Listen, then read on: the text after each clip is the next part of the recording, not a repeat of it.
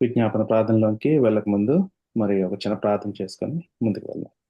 మా పరిశుద్ధుడ రాజల రాజా ప్రభుల ప్రభా దేవా నీకే స్తోత్రాలైన దేవనాయన ఈ రాత్రికాల సమయంలో దేవ మరి వాక్యాన్ని ధ్యానిస్తుండగా తండ్రి దేవ జ్ఞానం ఇచ్చి నడిపించండి తండ్రి దేవ ప్రతి ప్రతి ఒక్క సూక్ష్మమైన మర్మాలని మేము తెలుసుకొని తండ్రి దేవ మరి ప్రార్థన చేయడానికి సహాయాన్ని దయచేయండి తండ్రి దేవానాయన మరి మా విజ్ఞాపనలు దేవా నీ దగ్గరికి వస్తాయని అలాగే మా తరఫున కూడా నువ్వు విజ్ఞాపన ప్రార్థన చేస్తావని దేవా మరి నమ్మి మరి ముందుకు వెళ్తుండగా తండ్రి కోరికంతట్లో మీరే ఉండమని ఒకడే ప్రీకముడని పరిశుద్ధ నామన మీకు బ్రతుకుని వేడుకుంటున్నాం తండ్రి ఆమేన్.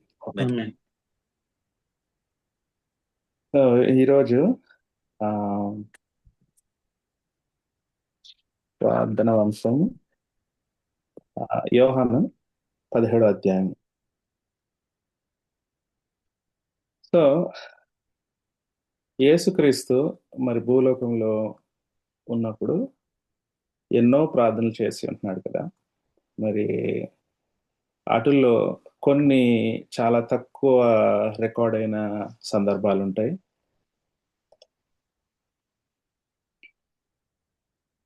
అండ్ కొన్ని ఒకటి రెండు మాటలు ప్రార్థన చేయడానికి ఆయన కొండ పక్కనకి వెళ్ళి ఉన్నాడు.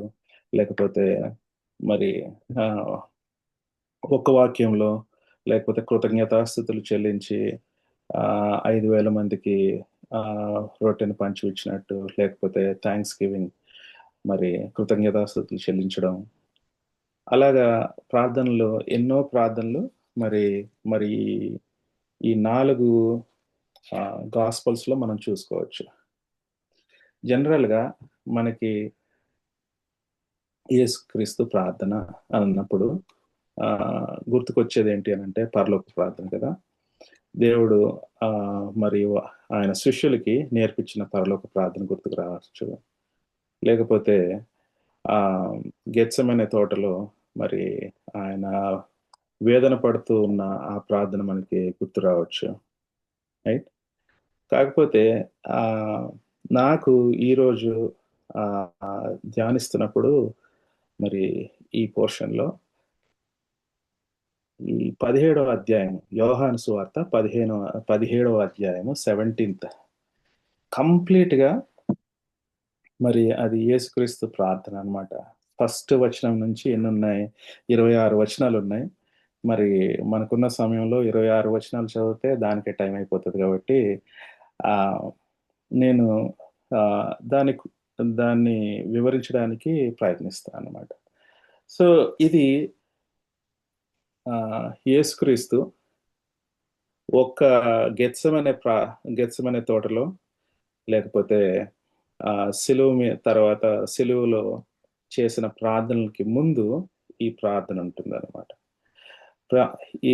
ఈ ప్రార్థన మరి మిగతా 3 సువార్తల్లో మనం చూడం. ఇది ఓన్లీ జాన్ గాస్పల్లో మాత్రమే రికార్డ్ చేయబడింది అనమాట. సో దీని యొక్క ప్రాముఖ్యత చూస్తే మరి ఇంత డీటెయిల్డ్గా మరి ఇంత డీటెయిల్గా 26 వర్సెస్లో మరి దేవుని యొక్క ప్రార్థన ఉంటుంది అనమాట. అది చూసినప్పుడు ఇది అందరికీ సంబంధించిన ప్రార్థన కాదు. దేవుడు ఎవరి గురించి చేస్తున్నాడు అని అంటే అందరి గురించి, నీ గురించి నా గురించి అని అందరు అనుకుంటారు కదా. మరి దేవుడు ప్రత్యేకంగా చేసిన ప్రార్థన అది ఆయన వెంబడించుతున్న శిష్యుల గురించి చేసిన ప్రార్థన, లేకపోతే ఈరోజు నువ్వు వెంబడిస్తున్నావు కదా నీ గురించి చేసిన ప్రార్థన, నా గురించి చేసిన ప్రార్థన. ఎవరైతే యేసే క్రీస్తు అని నమ్మి విశ్వసించి మరి ఆయనలో ఉన్నారో వారి గురించి చేసిన ప్రార్థన. మరి అది చూసినప్పుడు నాకు చాలా ఆశ్చర్యంగా ఉంది.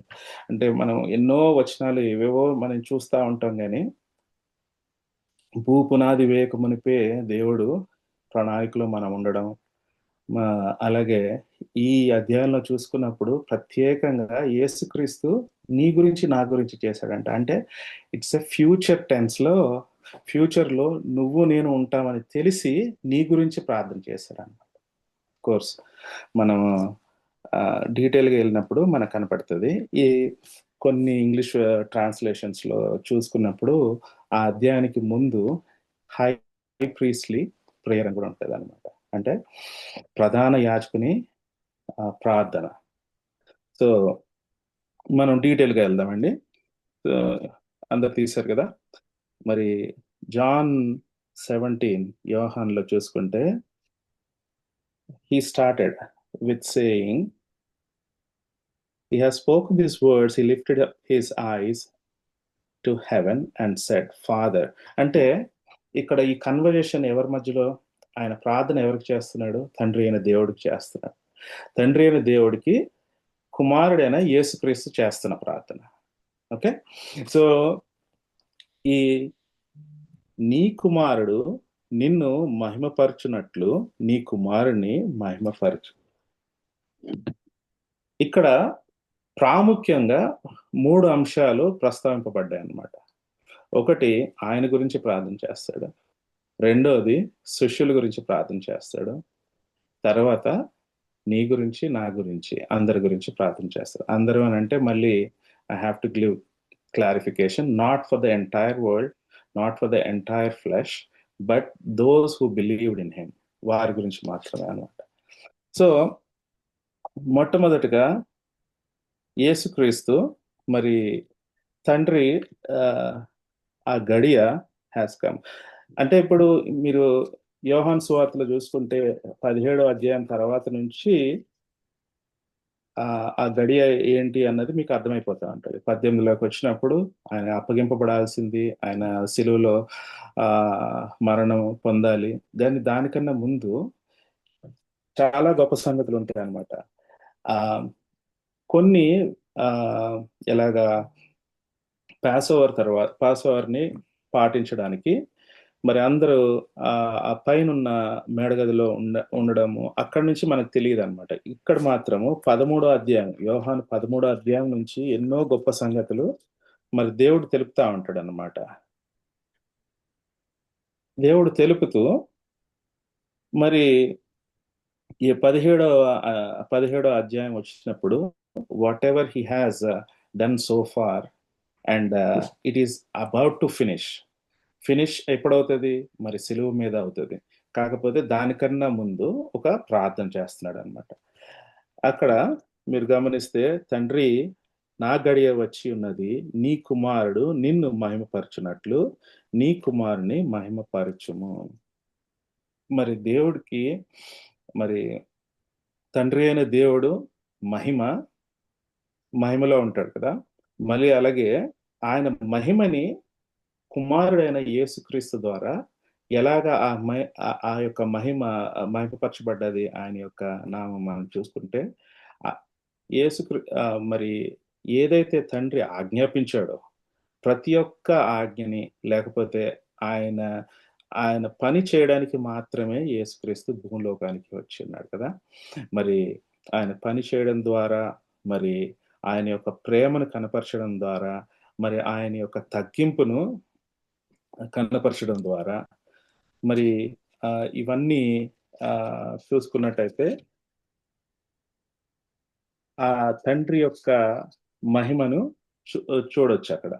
కాకపోతే ఇక్కడ కుమారుని యొక్క మహిమ ఎలాగా కనపరచబడుతుంది అని అంటే, ఎస్పెషల్లీ అంటే అది ఇంకా ఈ పర్టికులర్ ఇన్సిడెంట్ మాత్రం అప్పటికి ఇంకా సిలువలో వెళ్ళలేదు కాబట్టి, మరి మీరు గమనిస్తే, glorify your son that the son may glorify you.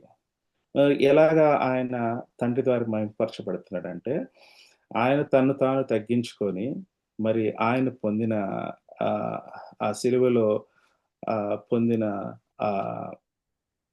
చావు కానీ ఎంత లోయెస్ట్ ఆఫ్ ద లోయెస్ట్ పాయింట్కి వెళ్ళిపోయాడు అనమాట. అతి పరిశుద్ధమైన స్థలములో మరి నిత్యము కొనియాడబడే దేవుడు మరి మానవుడిగా శరీరం, పాపపూరితమైన ఈ శరీరంలోకి ఆయన రావడమే ఒక గొప్ప సంగతి. అంటే ఆయన చాలా తగ్గించుకున్నాడు అక్కడ. అదే కాకుండా మరి ఎంతగా ఆయన నలగగొట్టబడి, మరి గెడ్డం పెరికి వేయబడి, మరి ఉమ్మి వేయబడి, ఒకటి తక్కువ 40 కొరడాల దెబ్బలు, మరి సిలువనేసుకొని ఇదంతా రక్తం మరి దారల్లాగా కారే అంటే అంత నీచంగా మరి దేవుడు నీ గురించి, నా గురించి చనిపోవడం ద్వారా ఆయన లోవెస్ట్ పాయింట్‌కి వెళ్ళిపోయాడనమాట. దాన్ని బట్టి తండ్రి హెచ్చిచ్చాడనమాట. మరి ఫిలిప్పీలు రెండో అధ్యాయము ఫిలిపియన్స్ 2, 9-11 దాకా నేను చదువుతానండి. అందుచేతను పరలోకమందున్న వారిలో గాని, భూమి మీద ఉన్న వారిలో గాని, భూమి క్రింద నున్న వారిలో గాని, ప్రతివాని మోకాలును యేసు నామమున వంగునట్లు, ప్రతివాని నాలుకయు తండ్రి అయిన దేవుని ఆహ్, మహ్ మహిమార్థమై యేసుక్రీస్తు ప్రభువని ఒప్పుకొనున్నట్లు, దేవుడు ఆయనను అధికముగా హెచ్చించి, అంటే తండ్రి అయిన దేవుడు అధికముగా హెచ్చించి, ప్రతి నామమునకు పైనామమును ఆయనకు అనుగ్రహించెను. మరి ఈయన ఇంతగా తగ్గించుకోవడం వల్ల తండ్రి అయిన దేవుడు ఆయన్ని హెచ్చించాడనమాట. ఇది ఇంకా సిలువలో వేయక ముందు కాబట్టి, ఆ ప్రార్థన మనం ఆయన గురించి చేయడం చూస్తున్నాం. రెండోది గమనిస్తే ఆహ్, రెండోది మనం గమనిస్తే give me the past glory అని ఉంటది.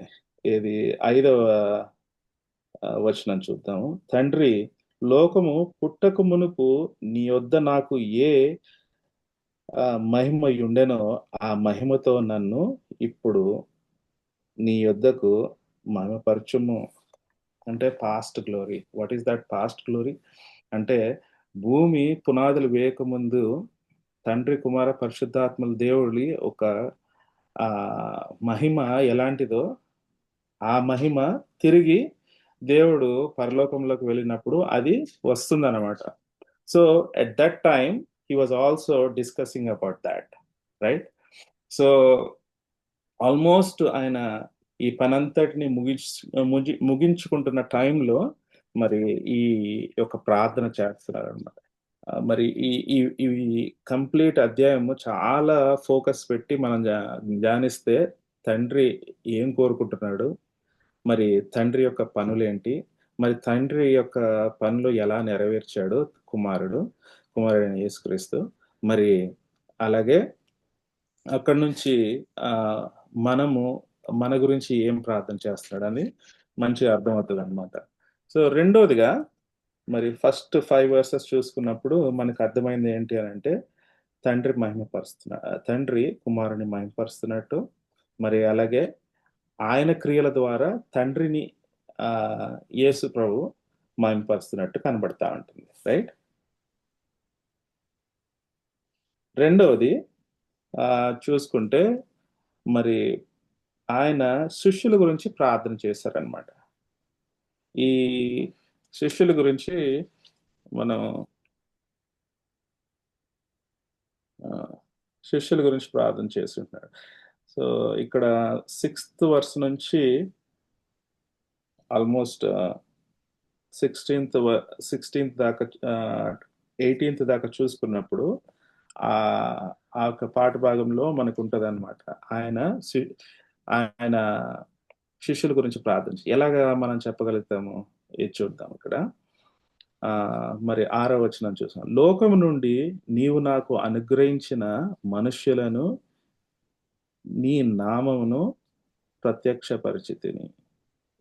మరి ఎవరి ఈ అనుగ్రహించిన మనుష్యులు అనంటే శిష్యులనమాట. ఆ శిష్యులు గూడా ఎవరిచ్చారంట? తండ్రి అయిన దేవుడే ఇచ్చాడు. మరి 7వ వచనంలో మనం గమనిస్తే ఐ మీన్ నీవు వారిని నాకు అనుగ్రహించితివి. వారు నీ వాక్యమును గైకొని యున్నారు. నీవు నాకు అనుగ్రహించిన మాటలు నేను వారికిచ్చి ఉన్నాను. వారా మాటలను అంగీకరించి నేను నీ యొద్ద నుండి బయలుదేరి వచ్చితినని నిజముగా ఎరిగి నీవు నన్ను పంపితివని నమ్మిరి గనుక నీవు నాకు అనుగ్రహించినవన్నీ నీ వలనే కలిగినవని వారిప్పుడు ఎరిగి ఉన్నారు. మరి ప్రాముఖ్యంగా ఇక్కడ చూసుకున్నట్టయితే ఆయన శిష్యులు ఎవరనంట ఆయన శిష్యులు ఎవరు అని అంటే తండ్రి అయిన దేవుడే ఆయనకి ఇచ్చిన వారు. రెండోది ఆయన వాక్యమును అంగీకరించిన వారు. ఎవరైతే మరి క్రీస్తు యొక్క బోధ మరి మనం ఆయన ఉన్న యేసు ప్రభు మరి ఉన్న 3.5 సంవత్సరాలు ఏదైతే చెప్పారో కరెక్ట్‌గా మనం గమనించుకుంటే మాథ్యూ 4:17లో ఉంటది కదా! మరి పరలోక రాజ్యము సమీపించి ఉన్నది కదా! కావున మారు మనసు పొందుడని చెప్తా ఉంటారనమాట. అదే సేమ్ థింగ్ యోహాను బాప్తిసం ఇచ్చే యోహాను కూడా అదే చెప్తా ఉంటాడు. కాకపోతే ఇక్కడ ముఖ్యంగా ఏంటి అనంటే తండ్రి ఏం కోరుకుంటున్నాడు? మారు మనసు కోరుకుంటున్నాడు. ఆయన దగ్గర నుంచి వచ్చిన వాక్యం ఏంటి అనంటే, నీ వాక్యం రిపెంట్ యువర్ సెల్ఫ్. రిపెంట్ అంటే మనుషుల్ని పశ్చాత్తాపపడి వాళ్ళని మారు మనసు పొందమన్నదే వాక్యం అక్కడ. మరి ఆ వాక్యము ఎవరు అంగీకరించారంట? శిష్యులు అంగీకరించారంట. తర్వాత అది నిజము, సత్యమును నమ్మిన వాళ్ళు. ఇక్కడ ఇంకా గమనించుకుంటే సత్యాన్ని నమ్మిన ఏంటా సత్యం? ఏంటా సత్యము అనంటే యేసుక్రీస్తు మరి యేసే దేవుని కుమారుడు. తండ్రి అయిన దేవుడి దగ్గర నుంచి భూలోకానికి వచ్చిన కుమారుడు అని ఎవరైతే నమ్ముతున్నారో వాళ్ళంట శిష్యులు. అంటే 3 మనం ప్రత్యేకంగా ఈ 6, 7, 8 వచనాల్లో చూసుకుంటే నిన్ను అంగీకరించిన వాళ్ళు, నీ వాక్యాన్ని అంగీకరించిన వాళ్ళు, అలాగే మరి ఏది సత్యాన్ని నమ్మిన వాళ్ళు. ఏంటా సత్యము అనంటే యేసు తండ్రి అయిన దేవుడి దగ్గర నుంచి మరి కుమారుడు వచ్చాడు అన్నది ఆ సత్యాన్ని ఎరిగిన వాళ్ళు మాత్రమే. సో వారి గురించి మరి ఆయన ప్రార్థన చేస్తున్నారనమాట. మరి ఆయన ప్రార్థన ఏ విషయాల్లో చేస్తున్నారంటే 12వ వచనంలో ఉంటది. 12వ వచనంలో మనం గమనిస్తే, నేను వారి యొద్ద నుండగా నీవు నాకు అనుగ్రహించిన వారిని నీ నీ నామమందు కాపాడితిని. నేను వారిని భద్రపరిచితిని కనుక లేఖనము నెరవేరునట్లు నాశనపుత్రుడు తప్ప వారిలో మరి ఎవడునూ నశింపలేదు. అంటే ఇక్కడ ఇచ్చిన ప్రతి ఒక్క శిష్యులు తప్పితే మరి నాశనపుత్రుడు అని అంటే ఇక్కడ ఆయన అప్పగించిన వాడు. అతన్ని తప్పితే మిగతా వాళ్ళందరినీ ఆయన భద్రపరిచాడంట. కాపాడడం, భద్రపరచడం. అంటే ఆయన నామంలో మళ్ళీ నీ నామములో కాపాడితిని. నీ నామములో కాపాడితిని అంటే దాని అర్థం ఏంటి? ఆయన నామం ఏంటో క్షుణ్ణంగా వాళ్ళకి చెప్పడం ద్వారా వాళ్ళని ఎన్‌లైటన్ చేయడం ద్వారా వాళ్ళని భద్రపరచాడంట. అంటే he has given a protection by enlightening what is the name of God. మరి ఇవన్నీ అందరికా అంటే అందరికి కాదు కదా! 9th వర్స్‌లో చూసుకొనున్నాం. నేను వారి కొరకు ప్రార్థన చేయుచున్నాను. లోకము కొరకు ప్రార్థన చేయుటలేదు. స్పష్టంగా రాస్తున్నాడక్కడ. నేను లోకం గురించి ప్రార్థన చేయట్లేదు. నీవు నాకు అనుగ్రహించి ఉన్నావు. వారు నీ వారైనందున వారి కొరకే ప్రార్థన చేయుచున్నాను. I'm not praying for the world but for those whom you have given me, for they are yours. So దేవుని ప్రణాళికలో నువ్వు నేను ఉన్నావనంటే అది ఎంత గొప్ప సంగతి. నువ్వు రక్షింపబడి మరి ఈరోజు నువ్వు ఆయన ప్రణాళికలో ఉండి ఉన్నావు అనంటే తండ్రి కుమారుడికి ఎలాగా అనుగ్రహించాడో మరి నెక్స్ట్ వర్సెస్‌లో కూడా మనం ఎలాగా ఆయన బోధలు విని అంటే అపోస్తల బోధలు విని మనం ఎలాగా ఆయనను అంగీకరించామో అది మనకి తర్వాత ఆయన మన గురించి కూడా ప్రార్థన ఎలా చేస్తున్నారో అర్థమవుతదనమాట. సో, ఇక్కడ గమనిస్తే శిష్యుల గురించి ఆయన యొక్క ఆయన ప్రొటెక్షన్ గురించి ప్రార్థన చేస్తున్నాడు. శిష్యుల ప్రొటెక్షన్ ఏంటది? కాపుదల భద్రత ఆయన నామమందు. అంటే ఆయన నామాన్ని విశుద్ధపరచడం ద్వారా ఆ ప్రొటెక్షన్ వాళ్ళకి దొరుకుతుంది. రెండోది గమనిస్తే 15వ వచనంలో ఉంటదనమాట. 17వ అధ్యాయము 15వ వచనం. నీవు లోకము నుండి వారిని తీసుకొని పొమ్మని నేను ప్రార్థించుట లేదు కానీ దుష్టుల నుండి వారిని కాపాడమని ప్రార్థించుచున్నాను. అంటే మరి దేవుణ్ణి అంగీకరించిన మనకి అప్పుడులో శిష్యులకి మరి వారి యొక్క పరిస్థితులను చూసి మరి ఎప్పుడైతే అపవాది ఆహ్, బాగా పనిచేయడానికి చేస్తా ఉంటదో, ఎప్పుడైతే నువ్వు దేవుడి పని చేస్తావో అప్పుడే అపవాది కూడా పని చేస్తా ఉంటది కదా! నువ్వు దేవుడి పని చేయనప్పుడు ఎప్పుడూ అపవాది కూడా రిలాక్స్ మరి నిద్రొస్తా ఉంటది అపవాది కూడా. సో, మనం గమనిస్తే దేవు దేవుని పని చేస్తున్నప్పుడు డెఫినెట్‌గా అపవాది అటాక్ చేస్తూనే ఉంటదనమాట. సో, ఇక్కడ శిష్యులు గూడా మరి వాడిని పోమని మరి నేను అంటలేదు అని యేసుక్రీస్తు స్పష్టంగా చెప్తున్నాడు.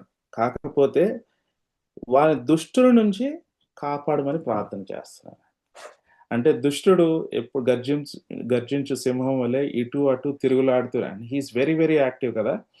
As long as you are doing the work of God, he will always try to attack you in one way or the other. So that's why there should be a protection. For that protection, Lord Jesus Christ is asking the Father to give the protection, right?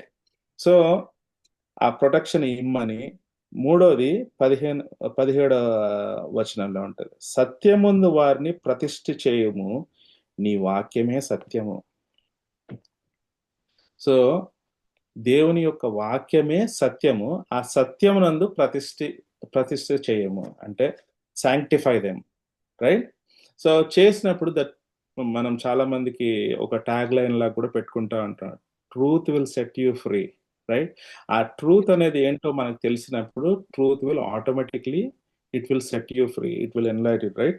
So దాని గురించి కూడా మరి ప్రార్థన. 3 అంశాల గురించి మరి శిష్యులు గురించి 3 ఆహ్, ఐటెమ్స్ లాగా ప్రార్థన చేస్తున్నాడు. ఏంటి అనంటే ఒకటి protection, enlightening the name of God so that they are also fully aware of that, and through that you get the protection. The second one is um, keep them from the evil one. Third one వచ్చి sanctify them in the truth and the word is truth. మూడు మరి ఈరోజు మూల వాక్యం ఏది అని అంటే 20వ వచనం అనమాట. I do not ask for these only, but also for those who will believe in me through their words, that they may all be one, just as you, Father, are in me and I in you, that they also may be in us, so that the world may believe that you have sent me. మరి ఇది చాలా గొప్ప వచనం ఇది. ఇటిలో ప్రాముఖ్యంగా మనం చూసుకుంటే ఇది తెలుగులో నేను రెండో భాగం చదువుతా అండి. 20:21 ఉంది కదా కలిపి. వారి వాక్యములను నాయందు విశ్వాసం ఉంచువారు విశ్వసించుదురు. సారీ, వారి వాక్యము వలన నాయందు విశ్వాసముంచువారు వారందరూ ఏకమై ఉండవలనని వారి కొరకు ప్రార్థించుచున్నాను. అంటే this is for the unity, but దానికన్నా పైన ఉందన్నమాట. ఆ, మరియు నీవు నన్ను పంపితివని ఆ, లోకము నమ్మునట్లు తండ్రి నా యందు నీవును నీ యందు నేనును ఉండులాగున వారును మనయందు ఏకమై ఉండవలెనని వారి కొరకు మాత్రమే నేను ప్రార్థించుటలేదు. అంటే not only for the disciples, he is also praying for the people who are, వారి వాక్యం వలన నా యందు విశ్వసించు వారందరు. అంటే వారు బోధించే ఎవరు డిసైపుల్స్ ఎవరైతే వాళ్ళు వాక్యము బోధిస్తున్నారో వారి వాక్యం వలన విశ్వసించు వారందరి కొరకు నేను ప్రార్థిస్తున్నాను అన్నమాట. మరి ఈరోజు నువ్వు నేను, మరి ఈరోజు ఈ వాక్యం నీ దగ్గరికి ఎలాగొచ్చింది అని అంటే, అపోస్తల కార్యములు 2:42 చూద్దాము. ఎవరైనా చదువుతారా? నా స్పెక్ట్స్ కొద్దిగా బాగా. 2:42 అపోస్తల కార్యములు.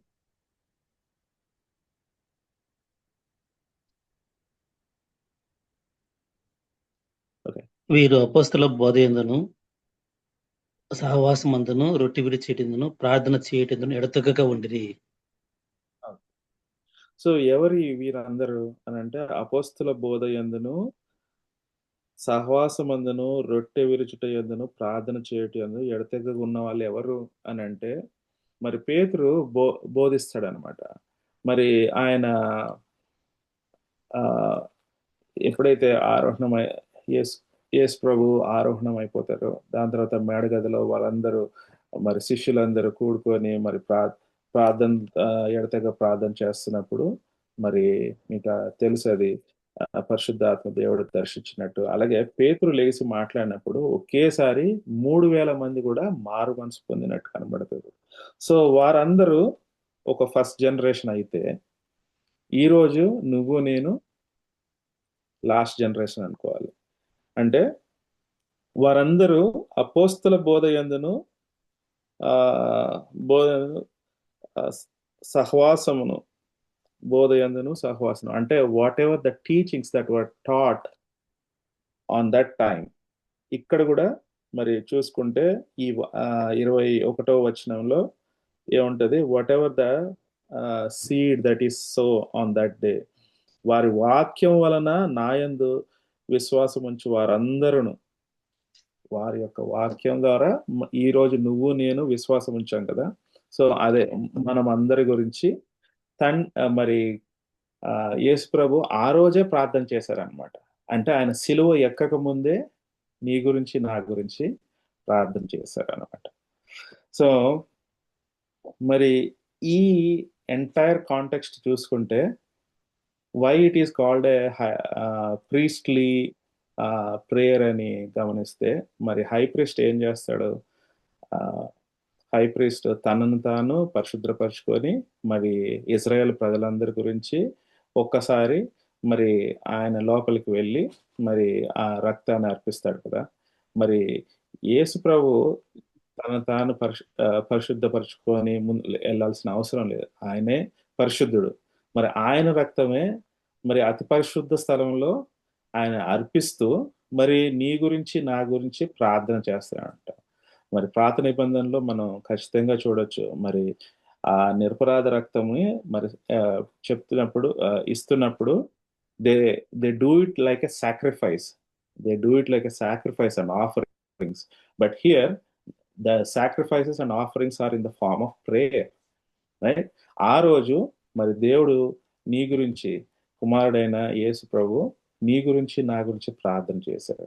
మరి అలాగే ఏంటి అసలు ఏంటి ప్రార్థన అని అంటే, దుష్టుడి నుంచి నిన్ను కాపాడుతున్నాడు అనమాట. వారిని కాపాడమని ప్రార్థన చేస్తున్నాడు. మరి అలాగే ఆ రోజుతో అయిపోయిన ప్రార్థన కాదు ఇది. మరి ఇలాగే మరి మనము హెబ్రీల్లో చూసుకుంటే కూడా మరి ఇప్పుడు ఆయన ఆయన పరలోకంలో ఉన్నారు.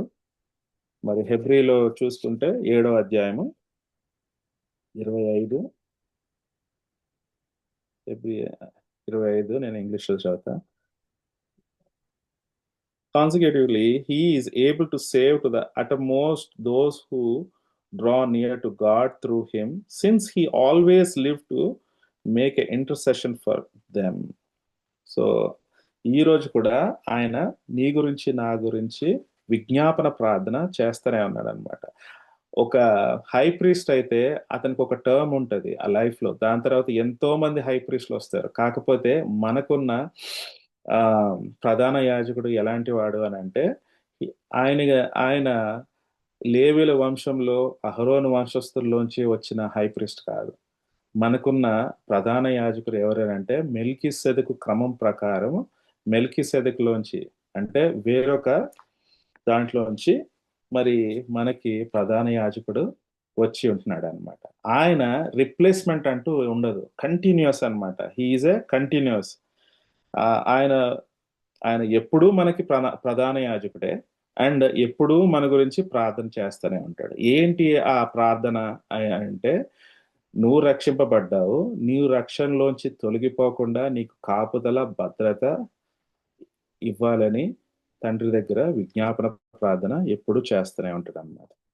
మరి అంత గొప్ప దేవుడు మనకి కలిగి ఉండడాన్ని బట్టి మరి నువ్వు ఒక మాట అన్నా చేస్తే అక్కడ విజ్ఞాపన ప్రార్థన యేసు ప్రభు ఏం చేస్తున్నారంట, కంటిన్యూస్ గా చేస్తున్నారంట. మరి నీకు ఆత్మనిచ్చి పరిశుద్ధాత్మనిచ్చి నిన్ను నడిపిస్తూ మరి ఎన్నో మర్మాలని అంటే మరి నాకు ఇది చూసినప్పుడు ఇది నేను ఎప్పుడైనా ఓవర్లుక్ చేశానా అన్నది నాకు తెలియదు. కానీ 17వ అధ్యాయము మరి ఉత్తినట్ల స్కిమ్ చేసుకొని వెళ్ళిపోవడం వేరు. మరి క్షుణ్ణంగా పరిశీలించినప్పుడు ఎన్నో గొప్ప సంగతులు ఇట్లా మర్మాలు ఉన్నాయన్నమాట. మరి ఎస్పెషల్గా నాతో ఏం మాట్లాడారంటే, నీ గురించి నేను ప్రార్థన చేస్తున్నాను అన్న నమ్మకం 21 నాకు దేవుడు ఇచ్చాడు అనమాట. ఈ రోజు విజ్ఞాపన ప్రార్థన చేస్తున్న మనందరము మన నోట్లోంచి ప్రతి ఒక్క విజ్ఞాపన రాకముందే మరి పరలోకంలో మరి యేసు ప్రభు మన గురించి విజ్ఞాపన ప్రార్థన కంటిన్యూస్ గా చేస్తున్నాను ఆ నమ్మకాన్ని మనకి ఈ లేఖనాల ద్వారా ఇస్తున్నాడు. దేవుడు ఈ వాక్యాన్ని దీవించిన గాక.